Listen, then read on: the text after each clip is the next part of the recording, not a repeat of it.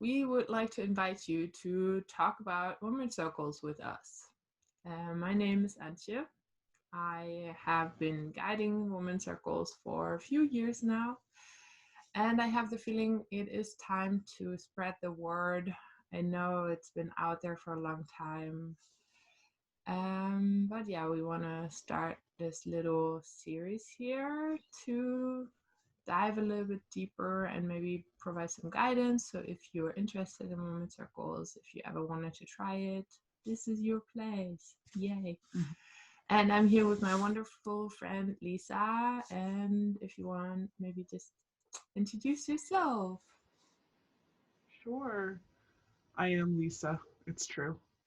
I am delighted to be joining you. Thank you. And I have not been leading women's circles, but I have been educating myself about many spiritual paths for most of my life and trying to find where I fit in. And nothing has ever felt right until the option of a women's circle came up. And so I'm in the process of cultivating my knowledge of how to operate within one and sort of build it as a gift to myself and other women. That is so wonderful. Thank you. And that like kind of speaks right away to where I would like to start. Because today my question is, okay, so why are we doing women's circles in the first place? And yeah, so for me, when I first started doing women's circles, I was new in California. I didn't know anyone here, and I was craving for connection. And I had been in many different circles in Europe and around the world when I was traveling. I used to be in a music circle, actually. That was my home circle, my heart circle. When I was studying at the university, like every twice a month, we would meet and just make music together. And that was like my first kind of circle experience where I felt the power of circles.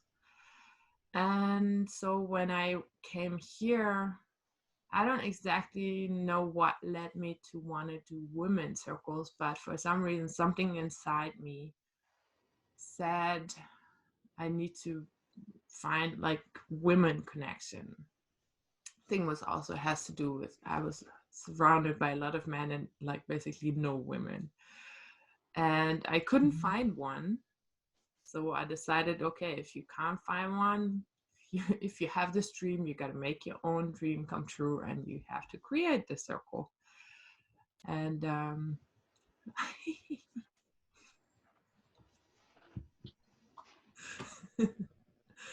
it was a big step, a big first step. Cute. Awesome. That was my daughter, my beautiful daughter Darby, who is going to benefit from the culture and the knowledge that we're cultivating right now. Awesome. That's so good. Yeah, so well, I have to admit, or I gracefully admit, in the beginning I had no idea what I was gonna do. And I took this online course about how to do circles, and it helped me, but in a way it was very specific to, it was like a goddess circle, and I did not resonate with a lot of things that were said there, but it like provided me some help to create my own structure. So the next years basically I worked on just making it my own. And I think that is one of the things that I find the most important. Like there is no recipe to follow to do Yeah. a woman's circle. And that's one consistent piece of advice that I've heard from many wise people and women specifically is there's no rules. You have to find what fits in the mechanics of what's special in your life, or what special thing you have to offer, what special way you perceive things. Everybody gets to sort of engineer their own appropriate practice, and that individuality is what we all have in common. Is our individuality. And I think that that's what makes the circle special too. Because like literally every single circle I have ever sat in was completely different from the next one. Yeah. And I really learned to appreciate that too so much. Like I would never want the same circle again. Even if it's the exact same people that come, the Mhm. energy will be different. What's happening will be different. What wants to happen will be different. So it has to be a very kind of flowy and open process in a way, which makes it a little scary too, though. Mhm. If like when you don't really know what to expect, and I have to admit, like my first circles, I had a structured plan. Like I had like my paper, and it said, now we're gonna do this, then we're gonna sing this song, then I'm gonna lead this meditation, then we're gonna draw a little bit, and it totally helped me to just learn how to do it and to just Mhm. learn the basic structure that I need, because I feel you need some kind of container, really. I think container is really the one of the best words for it.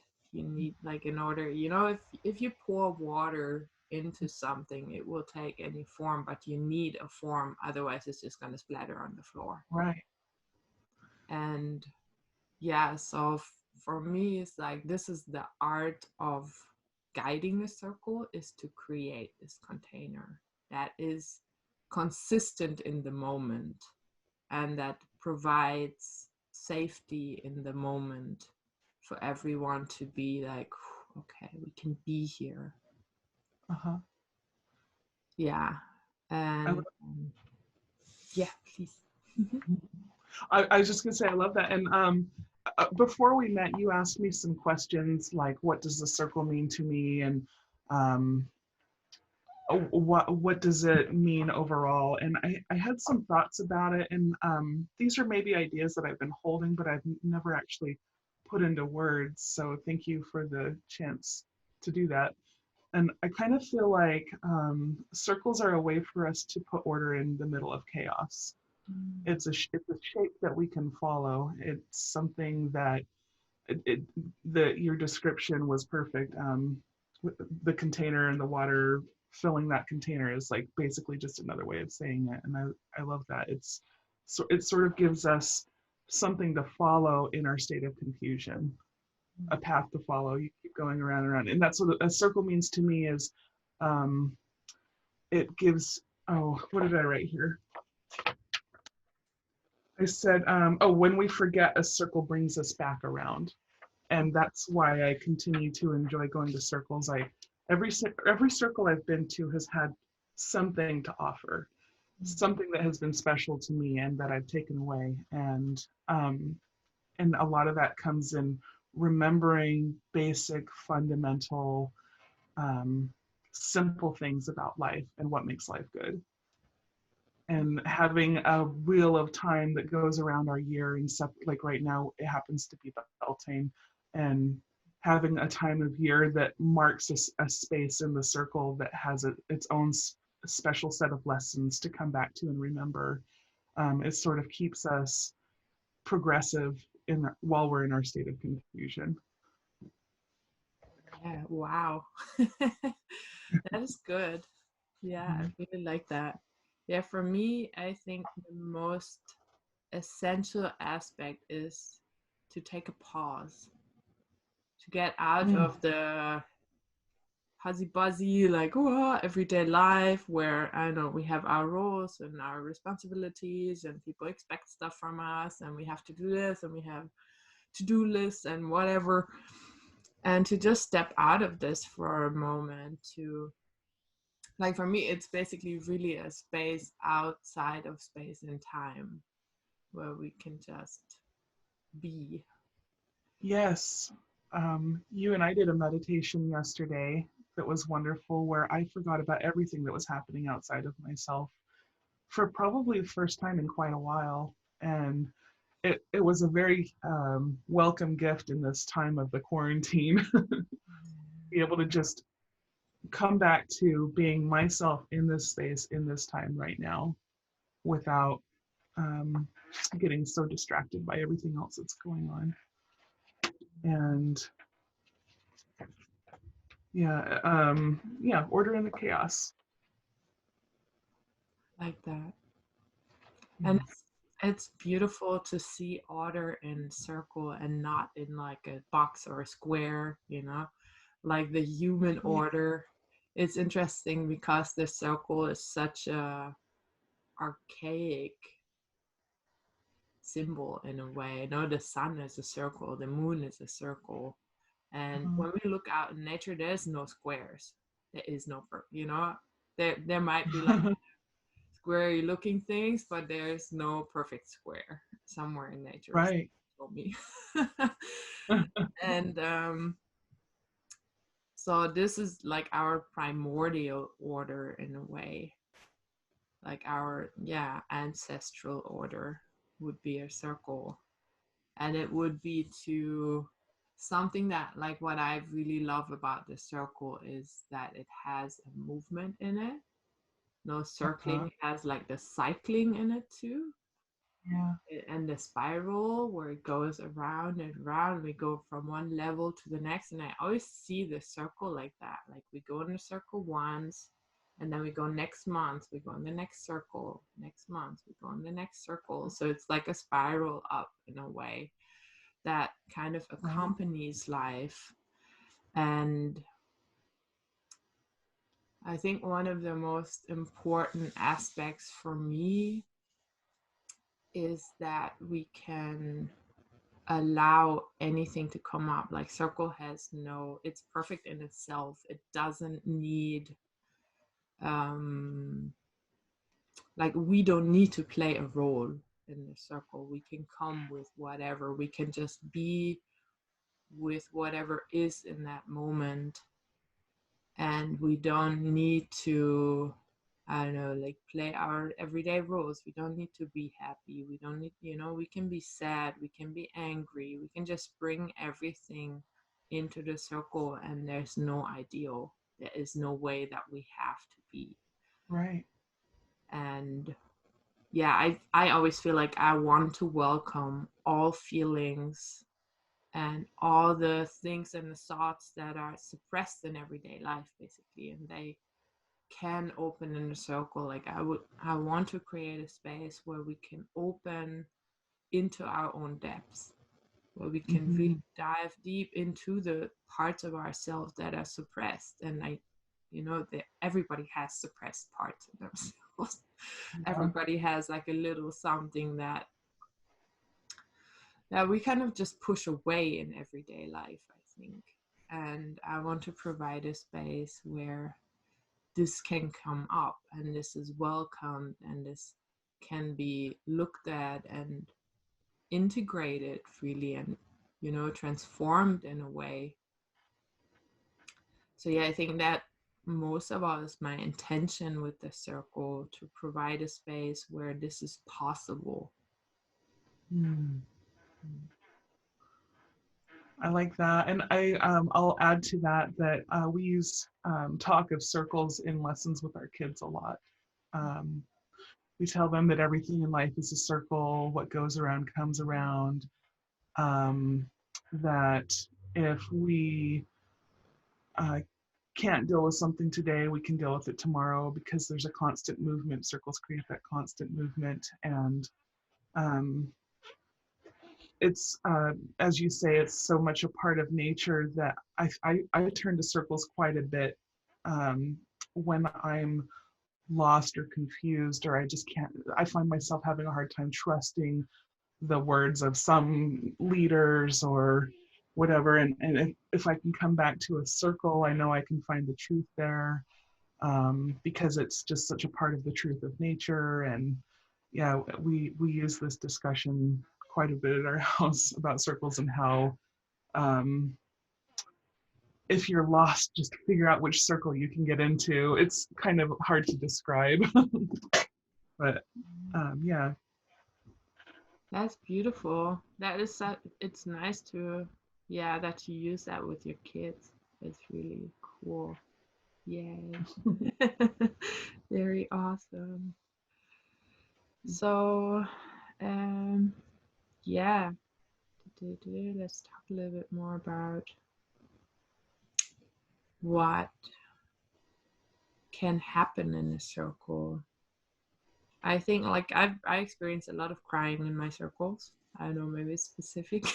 I think I always feel it's like good to release and to give expression to our emotions. And in a lot of times that is crying is just so healing and just so healthy, and we don't allow ourselves to cry a lot, I think, like in everyday, like when you feel kind of blown off in the supermarket, you're not gonna try to cry. It Okay. won't feel like the space where that's possible. But I feel in the circle, it's just, it creates this possibility. And I've experienced a lot of women where it just goes that deep and you can let go. And yeah, a lot of people cried in my circles. I don't know if that's I my feel fault, but no, I think that's cultural. I don't know how it is outside of California and other places that you've led circles.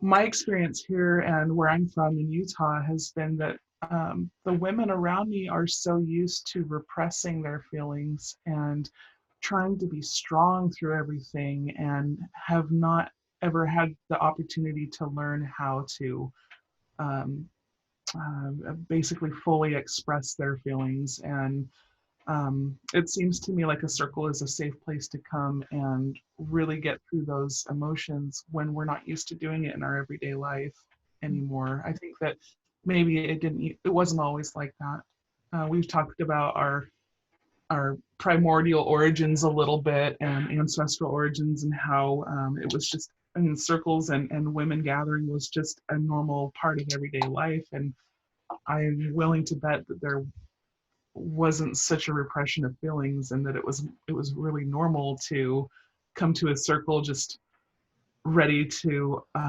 open up to the flow of life. And but I mean those big feelings that we see in modern circles a lot too, that's the flow of life too. That's life just coming out in bigger bursts. yeah, I agree. Yeah, I mean, it's interesting to me to look at historical circles, but I often feel it's kind of romanticized in a way. Hmm. Um, for example, I know, like a lot of circles are referring to the, what's called the red tent. And there's a book that's called The Red Tent. And I've read that book and I found it terrible. I mean, it's nice. It's a really well written book. It's a really good book. But the story, it was just terrible. It was a terrible time. Like Mhm. the women that were sitting in the circles, they were all sisters and they were all married to the same man.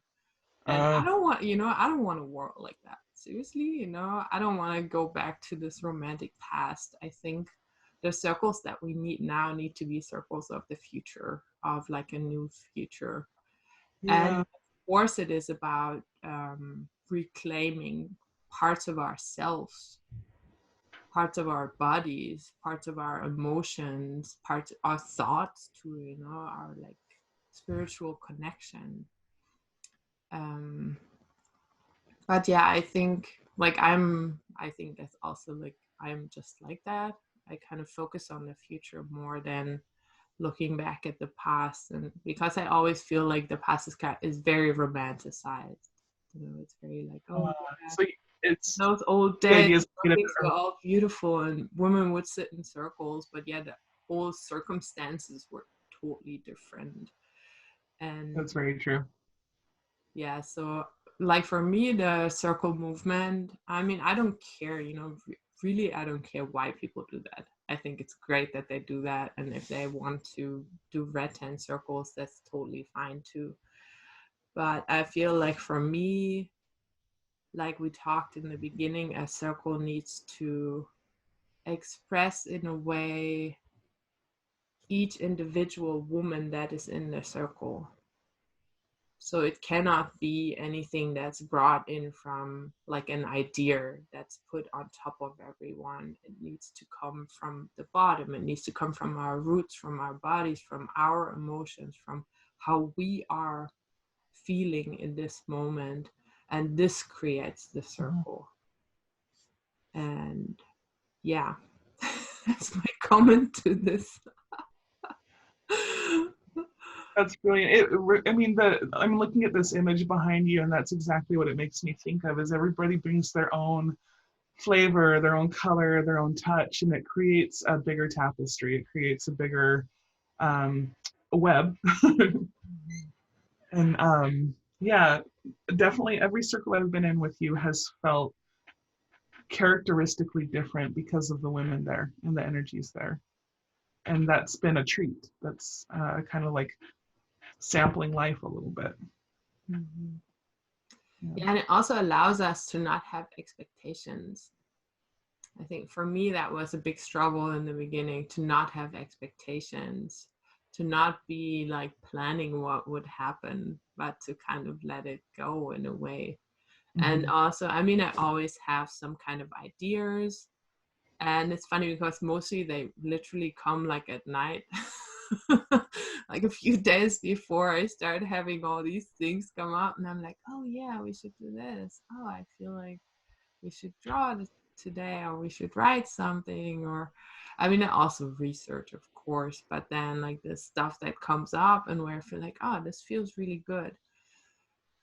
I um love that. yeah, it has to, like, for me it has to be a feeling. It has to like resonate with me in a way.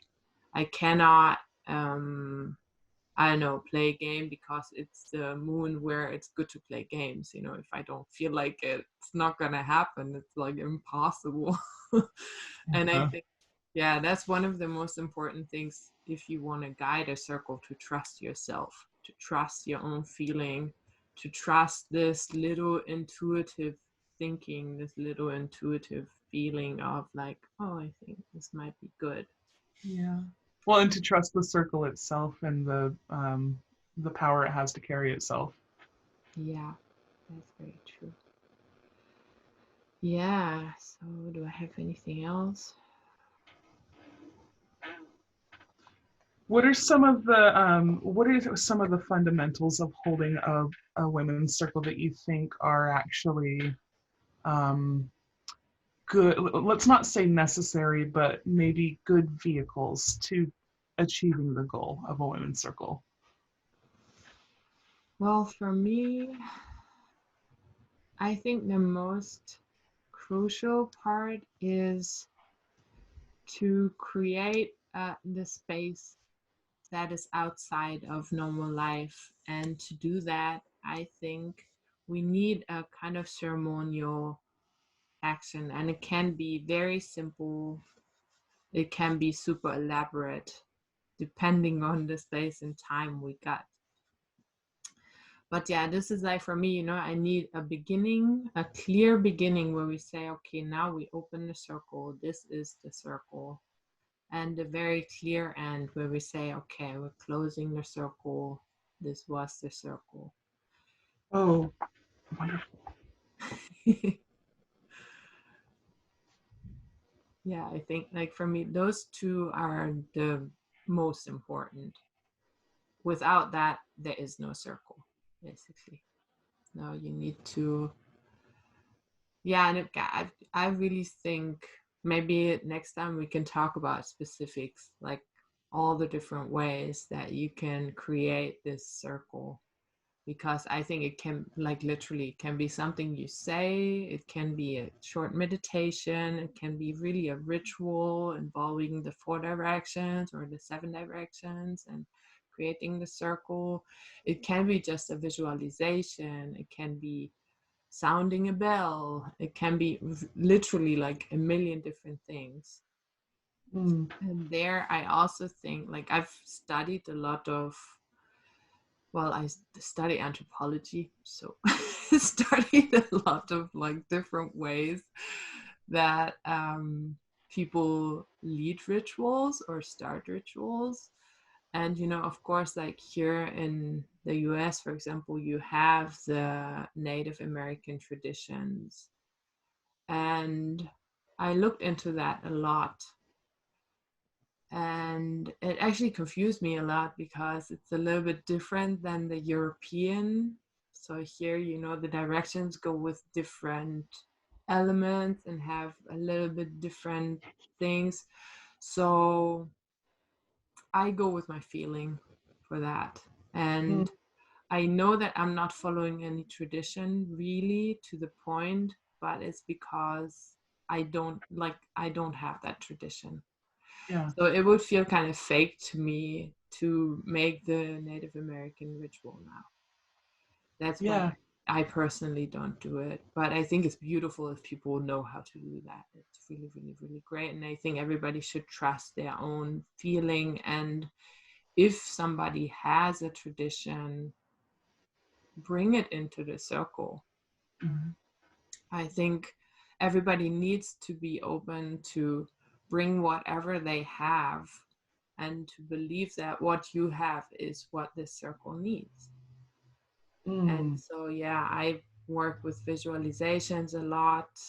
I work with the directions, but in my own way of how I kind of created it for myself and how it feels, um, yeah, how it feels aligned for me, I would say. Yeah. That's almost like a concept in yoga. Just you have to find a way that the energy flows through a pathway as far as it can go. And if you run into a block or a wall, something needs to adjust. And the only cure is just to give yourself the most like simple, authentic alignment you can. And um, yeah, finding that simple alignment with what you bring to a circle would make. I mean, that makes a lot of sense to me, just in terms of the movement of energy. Yeah, right. And also, I think it's important to know that you really can't do anything wrong. There is no wrong way to open a circle. There are millions of ways to open a circle and to close a circle, and they're all good. Hmm. Yeah. You know? Yeah, I think. And then, well, what's happening between this opening and closing? There's like all these different things that can happen in between. And for me, the one element that every circle needs is the listening circle. I call it the listening circle. Ah, yes. And then, yeah, that is the one element that all my circles have, because I think that is essential, and that is the one thing that why we come to circle is to listen, to be heard, to be seen, to see, to witness each other. And that also creates this connection. And I think, yeah, this is one of the Yeah. things that is really essential in circle is for us to find a new relationship with other women. Because I think like our relationships with women have been, yeah, culturally messed up. Yes. Yeah. I didn't know how to put it. I know exactly what you mean. It Yeah, I seems know. like I don't know about your upbringing, but in my upbringing, there was often competition. There was often this sense that if you wanted to succeed as a woman, you had to be willing to be as tough as so-called as tough as a man. And there's so many women that I've grown up with who've carried that forward into their lives, and it just becomes like an aggressive feeling. And no, that's not what I want. I want to celebrate my sisters, and I want to see them. I want to see what they're going through, and I want to be seen, just as you say in the listening circle. Yeah, I agree. And it's crazy because this aggression, this is really unnatural for us. And this Mhm. is, I think, why so many women feel kind of wrong, or, in our everyday life. It feels kind of like super strange. Like, Mhm. I don't feel like a woman. I Mhm. feel like I'm doing something strange. And I think, yeah, this is basically why we need to, this, for me, one of the most important reasons why we need to do Circle is to relearn, repattern that, to come out of this competition and basically, yeah, to really get into our feminine energy too. No, because like I think most of us, we don't even know what our feminine energy really feels like. We know what our masculine side feels like because this is what we learn in school. This is what we learn in everyday life. This is like what we learn in sports, even Yeah. in dance, even in arts. It's about like who's the best, who's the la la, and it's never about what can we create together. Right. And I think in Circle, it's about that. It's about what can we create together? How can we bring our energies to flow together, to resonate, to and it's beautiful to see that, we have so many times in a circle, women talk and then somebody says, well, I feel everything that every single sister said Mm. triggered something in me, touched something in me. It's like you speak my words, you speak my feelings. And it's beautiful to see that, and it's real. It's not some kind of idea somewhere. It is real. In that moment, we resonate and we literally, like, we bring out each other and we can make each other stronger, not in a way that we have to fight to be stronger, but in a way that we come together to be stronger. Mhm. Yeah, we connect to be stronger. Yeah. Oh boy. Yeah, I could ask you questions about your thoughts on that all day. Yeah. Yeah. Yeah, I think those are the most important parts for me, really. That is what Circle is about. It's about supporting each other and honoring. And I also often feels like when I see another woman open up and accept herself and like literally sit there and cry, or talk about stuff that went wrong or whatever, I can accept that and I can honor that. And in that moment, I honor myself. Mm. And this is why, like, when I first started, it's funny, like, in my very, very first circle, I cried. I started talking and I don't know, I was just overtaken by my emotions. And I think that opened the way for the other women to open up because they could feel and see me. And that triggers something inside, it's like we are connected. And I think in this situation, in this space, we feel this connection, and it's very subtle. It's very like hard to describe or put into words. You really have to experience it. You have Yes. to be there and experience it and sit with the other women and really see each one, hear each one, and then you can hear yourself. I like that you talk about honor. Honoring others and honoring the self. I feel like this is an women's circles is an opportunity for women to cultivate our own culture of honor. I mean, it's already there, but to be able to speak fluently with honor among each other and to show the rest of the world how to be decent and kind and accepting. That's a special code of honor that comes with women, or at least with the feminine aspect. Yeah, right. And to strengthen that in each other. Mhm. Yeah, I totally agree. Beautiful.